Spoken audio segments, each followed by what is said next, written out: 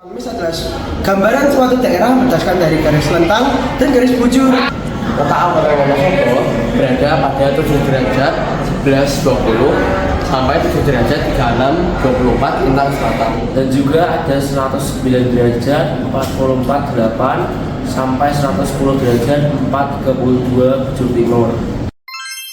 Secara geografis, Kabupaten Wonosobo berbatasan langsung secara utara dengan Kabupaten Banjarnegara, Kabupaten Wonosobo, dan Kabupaten Kendal.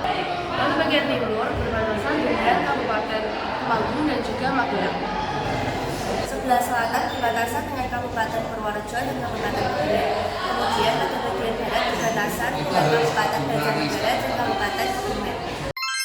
Secara topografi, Kabupaten Wonosobo dibagi menjadi 3 bagian. Daerah yang pertama memiliki ketinggian 250 hingga 500 meter di atas permukaan laut. Dan daerah ini juga meliputi 33,33% dari seluruh area. Daerah yang kedua adalah daerah dengan ketinggian 500 sampai 1000 meter di atas permukaan laut dan meliputi 50% dari seluruh areal. Yang terakhir adalah daerah yang memiliki ketinggian lebih dari 1000 meter di atas permukaan laut yang meliputi 16,67% di seluruh areal. Kabupaten Wonosobo sendiri memiliki iklim sejuk dengan suhu rata-rata dari 14,3 sampai 26,5 derajat Celcius. Curah hujan rata-rata di Kabupaten Wonosobo berkisar antara 1,713 sampai 4.255 mm per tahun. Selanjutnya ada sektor ekonomi utama di Kabupaten Wonosobo yang meliputi 1. Pariwisata. Wonosobo dikenal dengan keindahan alamnya, terutama dataran tinggi Dieng yang terkenal dengan kawah Sikidang, Telaga Warna, dan Candi Arjuna. Kedua, ada sektor pertanian. Pertanian adalah sektor ekonomi terbesar yang ada di Wonosobo dengan mayoritas penduduk bekerja di sektor ini. Kabupaten ini terkenal sebagai penghasil sayuran. Yang ketiga ada perkebunan. Selain sayuran, Wonosobo juga memiliki sektor perkebunan yang cukup berkembang, terutama perkebunan kopi dan teh. Landmark yang ada di Kabupaten Wonosobo yang pertama adalah Telaga Warna yang berada di Jalan Telaga Warna, Desa Dieng-Wetan, Kecamatan Batur, Kabupaten Wonosobo. Yang kedua adalah Candi Arjuna yang terletak di Jalan Candi Arjuna, Desa Dieng-Wetan, Kecamatan Batur, Kabupaten Wonosobo. Dan yang ketiga adalah Juri Sekarim di Jalan Sekarim, Desa Sembungan, Kecamatan Kejajar, dan Kabupaten Wonosobo. Jenis industri pertama adalah PT Sumber Alam. Jenis industrinya pertanian atau hasil bumi. Alamatnya berada di Jalan Raya Wonosobo Magelang, Desa Bumiwang, Kecamatan Garung, dan Kabupaten Wonosobo. Di Wonosobo terdapat banyak mitos. Salah satunya adalah di Jalur Tengkorak. Menurut cerita rakyat sekitar, sejarah mie ongklok berasal dari seorang juru masak mie yang bernama Pak Muadi. Bahan yang diperlukan untuk membuat mie ongklok yaitu mie kuning bulat, kol, kucai, air, kacang tanah, bawang putih, cabai merah keriting, cabai rawit merah, kencur, gula merah sisir, kecap manis, garam, air asam jawa, kaldu ayam, penyedap rasa, tepung sagu, minyak, dan yang terakhir merica. Nah, bahan yang digunakan untuk membuat mie ongklok adalah yang pertama ada saringan mie, sendok sayur, panci besar, wajan, kompor, tawenan, dan pisau. Jadi proses pembuatan yang pertama yaitu panaskan dulu minyak goreng, lalu kita tumis bumbu halus hingga harum. Lalu tambahkan kaldu daging, ebi, dan larutan tepung kanji. Terus lalu kita aduk hingga kuah mengental. Sementara itu rebus mie, kol, dan kucai dalam air mendidih hingga matang.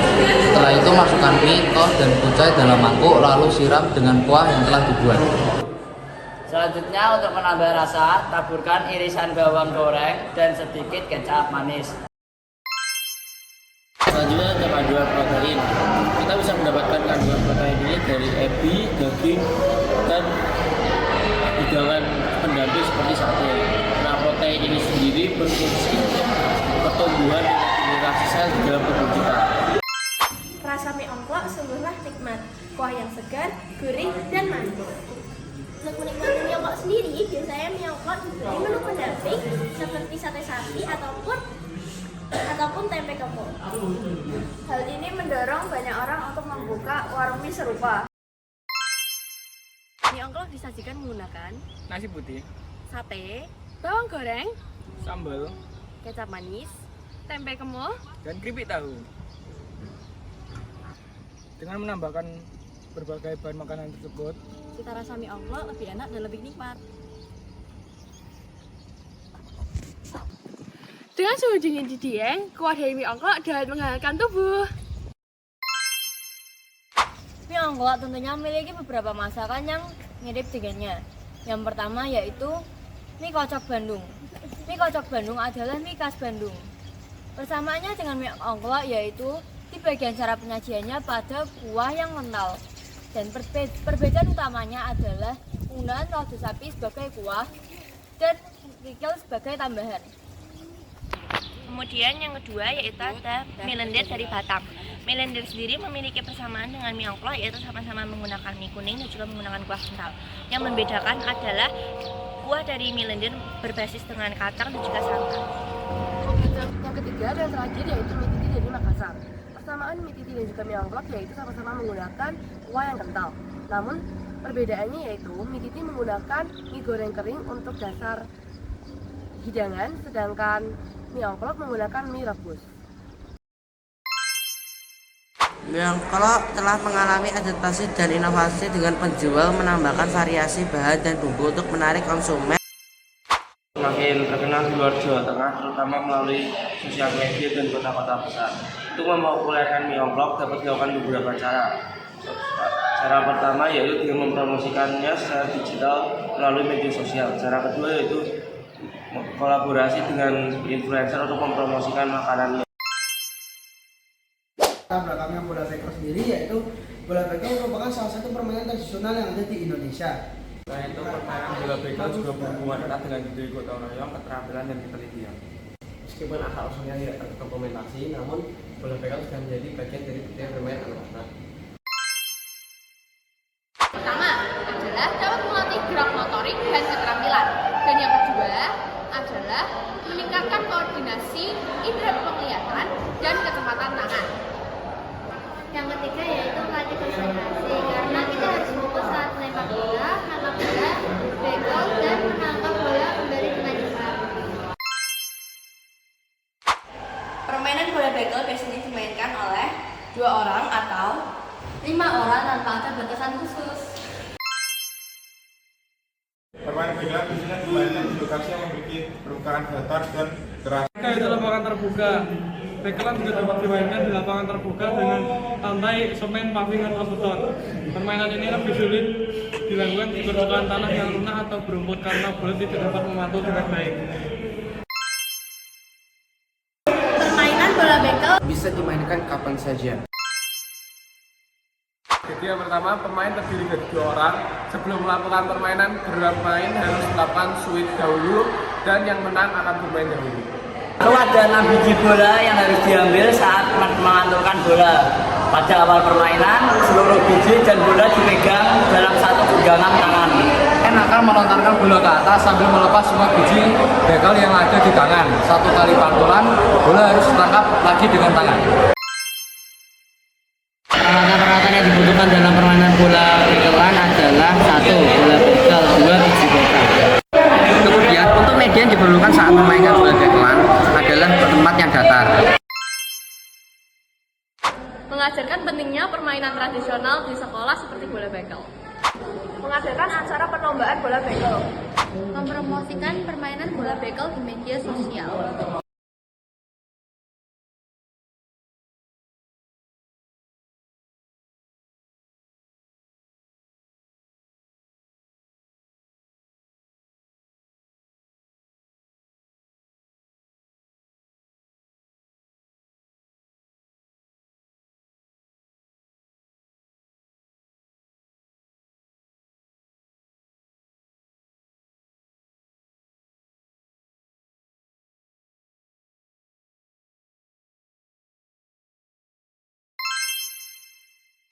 Nah, lagu yang kami pilih adalah lagu Praulaya.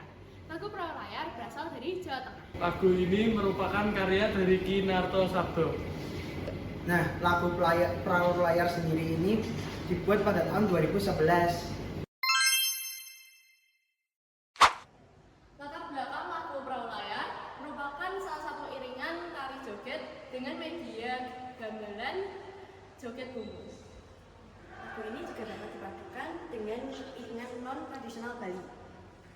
Iringan joget Perahu Layar diciptakan pada tahun 2011 oleh Kadek Dwi Cipta Adikusuma.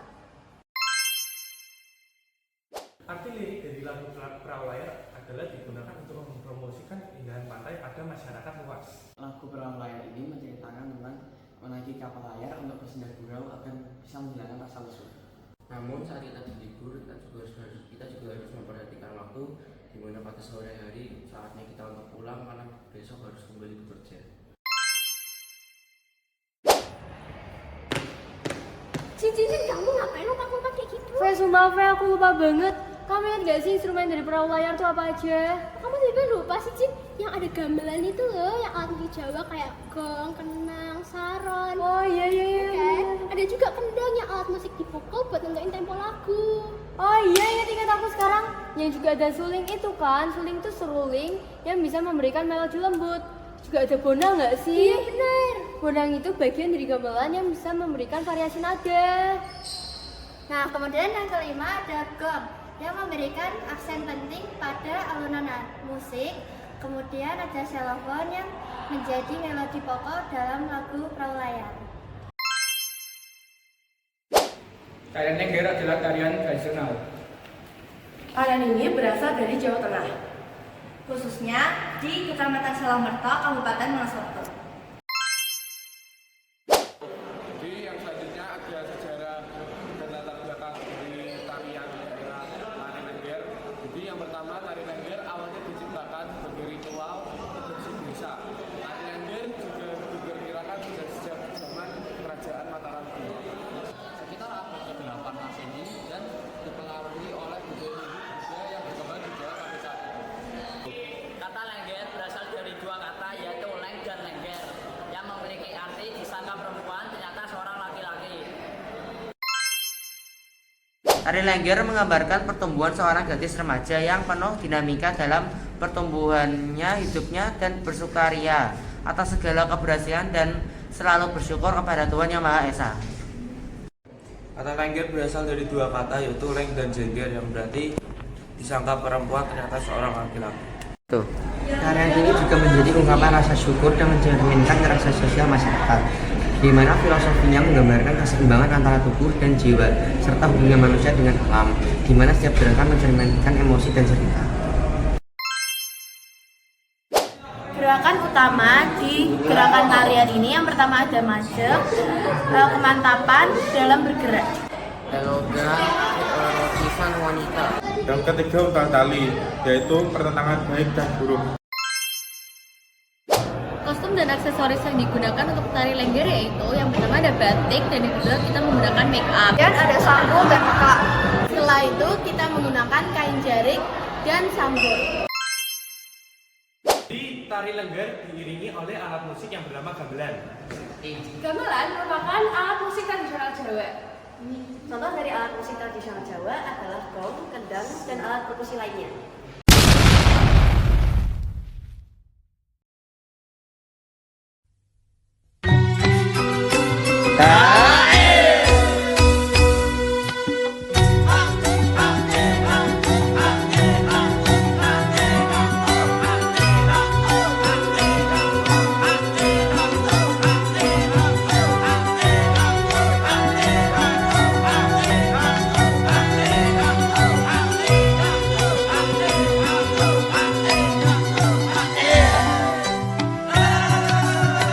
Kanca neng kisah gembira alera plera banyune segara anglia numpak prau layar ing dina minggu ke pariwisata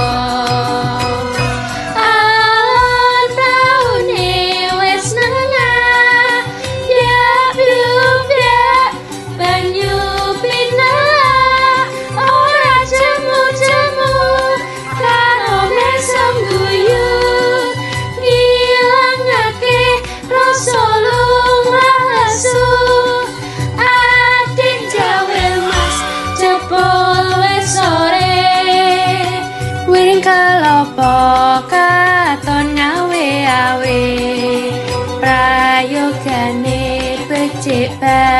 wae dene sesok esok